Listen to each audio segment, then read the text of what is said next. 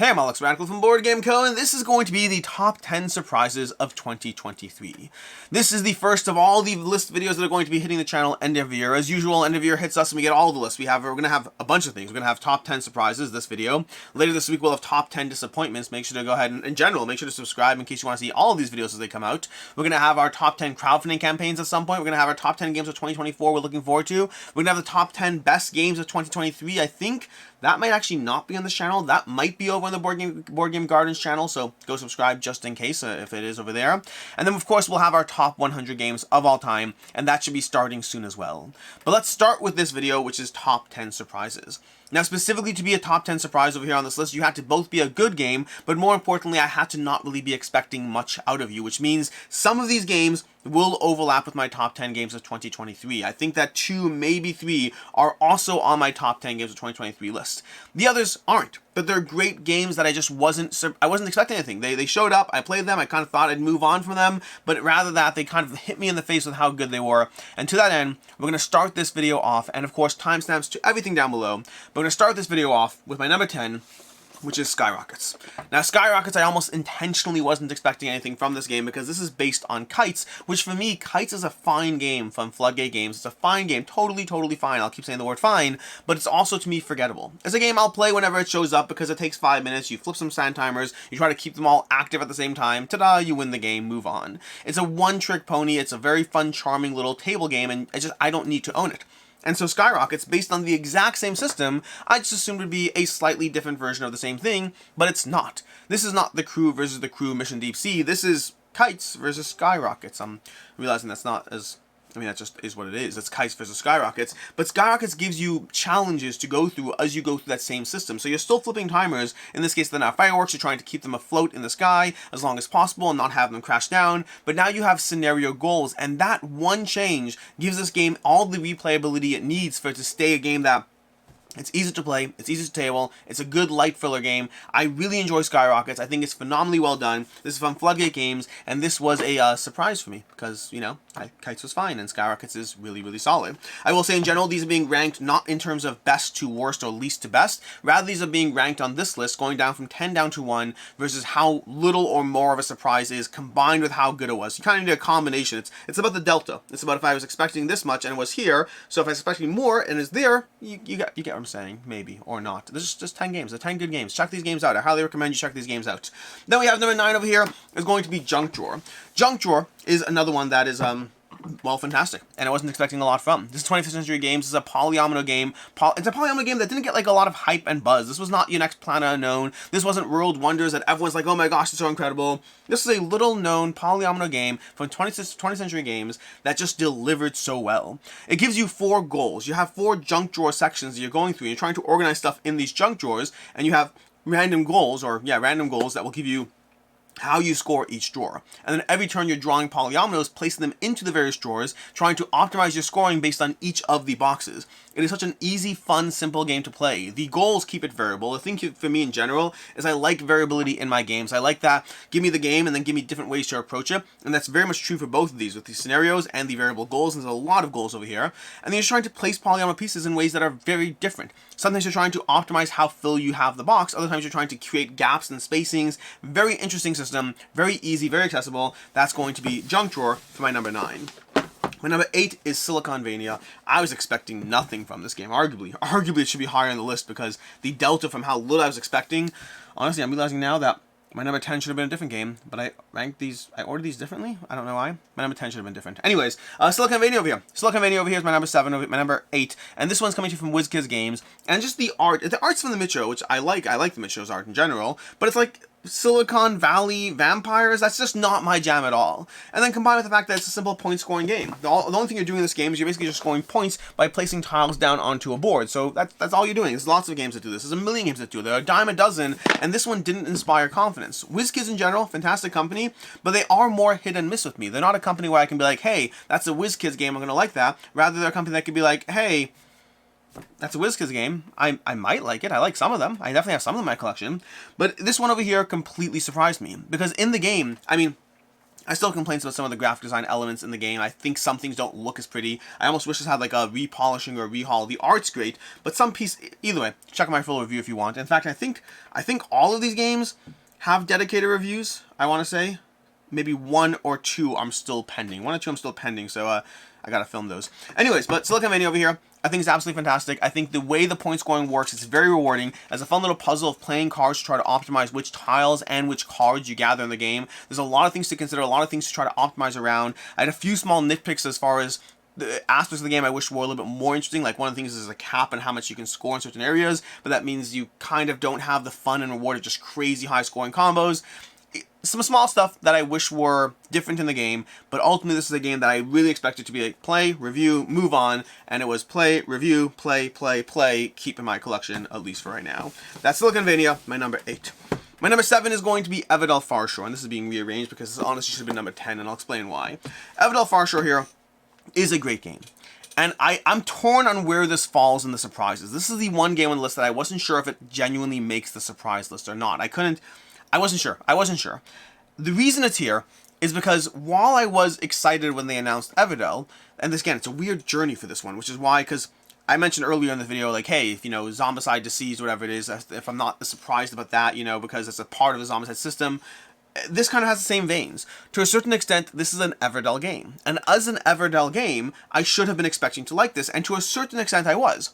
But then when you actually look into it, it's not an Everdell game, it's Everdell, with like 1 change or 2 small changes. The changes here are so minimal that I went from being like, oh my gosh, Everdell Farshore, I'm so excited, to Everdell Farshore, it's basically just Everdell, then to playing the game and continuing to like it and have it grow on me play after play after play. So I'm not sure exactly how eligible this is for surprises. It kind of depends on where you slice it. But ultimately, the reason this is number 10, or should be number 10, it's not actually number 10, it's number 6, or 7, because I messed up. But the reason this is lower down the list is because of that gap of the surprise delta. It's a great game. I think Everdell Farshore is genuinely good. And if you were asking me as a newcomer to the series, if I recommend Everdell or Everdell Farshore, I don't know which one I'd recommend. I think they're both fantastic in different ways, and Farshore has continued to grow on me play after play. The changes they make are good. Do you need both in your collection? You don't. If you have Everdell and you're like, do I need Everdell Farshore? You absolutely don't. They're too similar. If you already have a chance to get Everdell Farshore, or if you're just like, an obsessive collector, I think there's a lot here to enjoy, and I'm very happy I have this. To me, I have Everdell Giant Collector's Edition for when I'm signing up for an all-in game night, and Everdell Farshore when I don't want that mental load of all the collections and boxes and struggling and whatever. This is my Travel Everdell in a regular size box over here, but this is phenomenally well done. I was, again, weird tangent as far as I assumed I'd like it, then I cratered, and then I went straight back up. It really, really did well for me. I enjoy Everdell Farshore, and also it's like, it's not illustrated by Andrew Bosley, which to me, Andrew Bosley is associated with Everdell. He is Everdell. The artist over here, phenomenal artist. It is, where's her name? I know who it is. I just forgot the name. But a phenomenal artist. She's great. Her work's incredible. It's just, I'm used to Andrew Bosley. So I had a weird journey with Everdell Farshore, but here it is. It's still making the list for the best surprises of 2023. Coming at number 10, 9, 8, 7. I can never keep track. Coming at number 6 over here, we have Wizards of the Grimoire.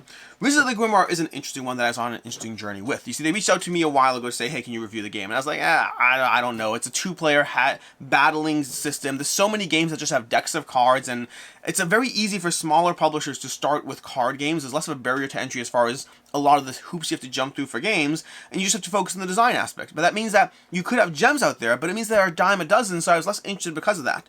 Then eventually they ended up doing some preview content on the channel a few months later, so Devin played it, and Devin loved it. He was like, oh my gosh, I think it's great. It's the only previewed game that Devin ever asked to keep and hold on to. And then Jennifer the Board Game Garden said she loved it, and I kept hearing other people who loved it, and eventually I was like, I have to play this game, because everyone seems to love this game that I was so dismissive of. And this game is great. It's genuinely a blast. In here I have the prototype cards for the expansion because I want those all available to play with. But Wizards of the Grimoire is a 2-player spell building system. You basically have mana that you're playing in the game, and you're going to be trying to gather spells from a common pool. You're slowly drafting spells one at a time each turn, trying to utilize those spells in your tableau and combine them all as you play mana onto the spells. And a 4-cost spell effectively has a 4 countdown timer. So when you have a 4-cost spell, it's better than a 1-cost spell, but every turn you take off 1 mana, so it takes 4 turns so you can use it again. Except all the spells have ways to augment and manipulate. Some deal damage, some give you mana, and some mess with the cards. Finding the combination of 6 spells as you play the game that works well to both be a good combo, but also to stop whatever combos your opponents are trying to do, that is the crux of this system. It is absolutely brilliant. It's really well done. Every time I play it, I find new ways to combine cards that are so rewarding. I highly recommend Wizard of the Grimoire. This was definitely a game that was not expecting anything from it. Again, although I guess it depends on you count it, because by the time I got it, I was expecting to like it, but I was dismissive of it for a long time. My number 5 over here, 4, 3, 2, 1. My number 5 over here is going to be Run. Run from Farshore Games. This one is delightful. I like Run a lot. Now, I need to play this one more, just to be clear. That's why I wasn't sure where to put this one either, because I really, really like it. But as of the time of filming this video, I'm only on my 2nd play, and I plan on playing it a bunch more. Expect a review on this soon, because I'm going to be powering through this one. But Run is absolutely delightful. To me, this is mind management in a smaller box, with enough differences from mind management to justify having both in your collection, and an easier entry point. In fact, my daughter picked this up yesterday. She's looking at the game. She's like, what is this? I'm like, it's Run. She looked at the back. She read it. She's like, oh, it's like mind management. I was like, I want to play it with you, because my daughter played mind management once, and she beat me. She beat me, which is good. I'm proud of her for beating me. But either way, Run over here is a delightful little back and forth, head-to-head game in which you're trying to, you have one player playing as the runner and one player playing as the dispatch, I think they're called, but effectively one player is chasing down the runner. You both have your own little private boards, you're moving around the shared grid. There's 8 different maps in the game, there's a degree of escalation in the game, but the crux of the system is that the runner is very limited in how they can move. So while there's a lot of secrecy in how you move, and a lot of trying to maintain a degree of subterfuge in the game, there's also a limited amount of moves you have. So for example, I can secretly move up, or I can secretly move down, or left, or right, or diagonals. But I can only use I can only use each of those once in the game, which means by the time I do secretly move up, if you can ever establish that I secretly moved up, then you know that any of my other secret moves are not moving up. So there's a degree of trying to lock down how the runner traveled, what things they utilized, and just enough information to the dispatch that it provides a very clever system that is, well, rewarding. It's a rewarding system. I like it a lot. This one, I like it a lot. I like it a lot. This is going to be run by Farshore Games. Was not expecting anything from this one. I got this one at PAX Unplugged. I think the reason I wasn't expecting anything from it, and to be clear, I expected to like it. I thought I'd enjoy it. I just didn't expect to be like, oh my gosh, this is so good. And I think part of that is because I played Fugitive, I want to say. I played Fugitive from Farshore Games a while ago, years ago, and I liked it a lot, but I thought it was a little bit more one-dimensional than I was looking for. Just the way the cards lay out. I think it's a good system. this game makes me want to revisit it and see whether I shouldn't have moved on from that system, but I did move on from the system. I liked it, I enjoyed it, I played it, and then I went over here to Run over here, expecting another game that I'd like and enjoy and move on from, and I don't see this one leaving my collection anytime soon. I think this gives me more accessible mind management, it gives me the same feels as mind management, and it does so in a smaller box. So that's going to be Run over here, a phenomenal game. That's my number 5. My number 4 is going to be Mother of Frankenstein, and this one, I was expecting nothing from this. I mean, are you looking at this box? Now, also to be fair, there are people who are going to look at this box and be like, that's a captivating looking box. Of course I want to play that game. That's great. I'm not that person.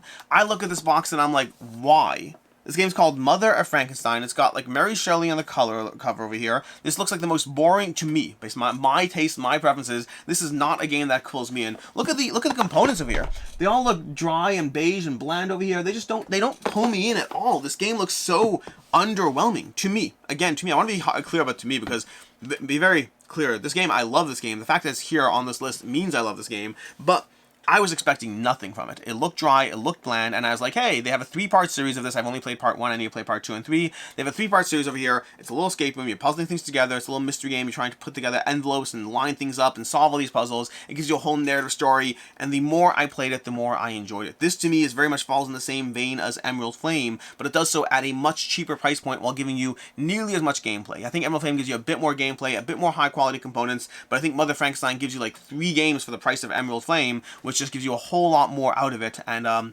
think it's fantastic. I think if you like escape room games, if you like mystery games, if you like any form of deduction, I think it's worth, even if you just like story. There's like a real story going on here. Like, I'm learning so much about history to a degree. I think it's based mostly on true story, but with a degree of creative license in there. But overall, phenomenal game. I think Mother Frankenstein is expecting nothing from this one. Again, just the visual presentation of the box is not my jam. And escape rooms are a dime a dozen nowadays. And so it's so easy to be like, okay, another escape room game, another mystery game, another.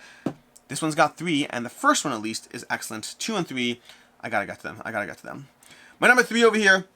My number 3 is going to be For Northwood. For Northwood is a delightful game that's going to be on so many of my lists now and for the next few years, I assume.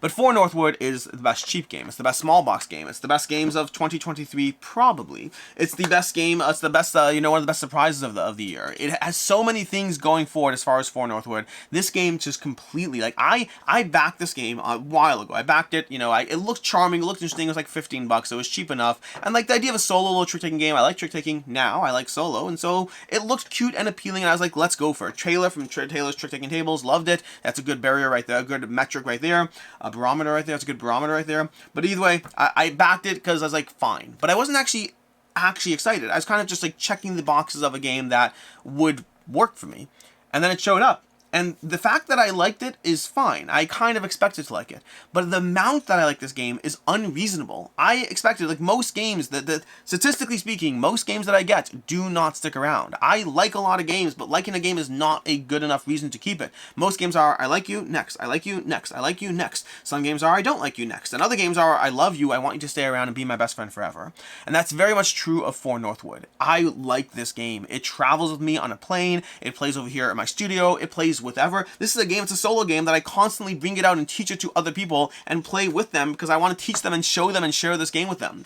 It's solo trick taking. You have a bunch of realms in the forest. I think it's 7 or 8 realms, and you basically have your own 4 assistants, and you use those assistants to try to deal with the tricks coming your way, and you have to win a specified number of tricks at each realm in order to win the game. So you have to control for the fact that the deck's playing a random card. You have to try to beat those tricks. You have to get the exact number 8 times in a row. You have to get the exact number. You don't actually have to. There's a scoring system where you don't do as well, but I want to get the exact number every single time because ultimately it's only really winning if you get all 20 points in this game. That's not actually true. That's just the way I feel. But you have assistants and advisors and people who help you along the way. And every time you conquer a kingdom, every time you ally with a kingdom, you get their help as well. And so this game is so ridiculously good. It is affordable. It travels well. You have to like solo games to a degree. I think you have to appreciate trick taking to some degree. But if you do, this is a game. I want to show it to you. It's a great game. I really, really recommend it. My number 2 is going to be Sankore over here. Is it Sankore? Oh, no, it's just Sankore. It's just Sankore. The Pride of Monsamoose over here. Sankore is a new game coming to you from Osprey Games. I think it's the spiritual successor to, oh my gosh, I'm going to forget he did the art as well. Tool did the art to, I don't remember what it's called. It had walls and things, I don't remember. That has the same visual aesthetic. I still don't remember. But either way, Sankore over here. This one you can expect a review on this one soon. But Sankore, I think it's Sankore, I don't know. This is a complex Eurogame puzzle. And I'm not going to be able to show you what's going on in this game right now. There's so much going on here. But the general idea is it's all about schools and knowledge and students, and effectively you're constantly recruiting students to your board. You're going to be progressing those students through school, but you have to get the classes that you're going to be progressing those students. They are going through different classes. You have to gather those classes, gather the students, and then take part in the main player board. It says 4 separate areas that you're trying to go for area control over in all these 4 areas, while dealing with a system of variable point scoring, meaning effectively you're trying to get influence in 4 different regions, 4 different areas, but depending on what you do in the game, you're going to determine how much influence is worth in each of those regions. It's a lot. The review is not going to teach you how to play this game, because this game, my biggest complaint against it, it is so much information that it's the kind of game that if you gave up on it before playing it, I would get that. I almost did. I was almost like, you know what? I just don't need to. I've had so many Euro games. I don't need to power through this rulebook that just gives so much information, not in the best way possible either. All that stuff. Again, check out my review, which should be coming out soon, if you want to know more information about the game. But the short version of it is I have complaints. I think the rulebook's not great. I think teaching people the game for the first time is going to be a lot, but if you can get past those things, this game is one of the best games I have played this year as far as the actual reward for the experience. It fell into a perfect zone where everything I wanted to do felt like I felt rewarded for getting stuff done. I felt like I had done the things I needed to do to get that thing done. I had jumped through the requisite hoops. But also, I was able to do more than I wanted to, more than I had the possibility of getting more done than I could, if that makes sense. But basically, every single turn, I wanted to do 12 things, and 5 of those things I had actually made the progress to being able to do, but I could only choose one of them. And so it was this weird hodgepodge of, I wanted to do a lot that I could do, but I wanted to do more that I couldn't do. I felt rewarded for the things that I had gotten to the point that I was able to do. This game is such a delightful puzzle of min-maxing through a variety of different ways to optimize in this game. I really enjoyed this one. The reason this one is on surprises is because, I walked into this not really expecting much. It was Merv, the Heart of the Silk Road. That's the last one I'm thinking of. But I played Merv, and I liked Merv, but Merv to me was a game that fell into the category of this is a really good and rewarding Euro game. And I have a lot of those. next. It was really good. I think Merv is excellent, and I kind of expected a similar situation for this. Euro games that take, you know, this much rules explanation, this much manipulating of this and that, I only have so much time to play those with my dedicated game group, which means even if you're good, you have to really be great, and Sankore is great. And I was expecting good, and Sankore is great. So check out the review on this one when it comes out, or just go by the fact that it's on this video, and I clearly like it, so there's that. Which brings me to my number one, and number one is very specifically number one for a reason. This is not the highest rated game on this list, but this is my number one surprise of the year, which is General Orders. Also from Osprey Games. Huh. Good on you, Osprey Games. I didn't even realize this, but Osprey Games get both my top 2 spots over here. I did not even realize until right now, but General Orders, I was expecting nothing from this one. Not nothing. The reason I got this game is because David Thompson and Trevor Benjamin are the designers of this game, and that's enough for me to be interested. But it's a World War II themed game, which historically, even if I like the mechanics, I usually don't like I'm not here for that theme. I'm just not. Like Airland and Sea, I was so happy when Airland and Sea rebranded as Critters of War Airland and Sea, and they gave you a cartoonized version. I just prefer that. I'm not against war games. I'm fine with them. For whatever reason, historical war, not even historical, modern day historical war just doesn't fascinate me as a theme personally. So it's almost a turn off. It's not a pure turn off, but it's almost a turn off. And so small box game, Trevor Benjamin, they also have the Undaunted series, which I think is great, but Undaunted series is not as much for me. And so I both respect their names while also recognizing that not every game they put out is a game that I need. And I think Undaunted is good, by the way, to be clear. I think it's very good. I just didn't keep it because I can only keep so many games. And General Orders, I was not expecting a lot from it. But I played it, and wow, is this game good.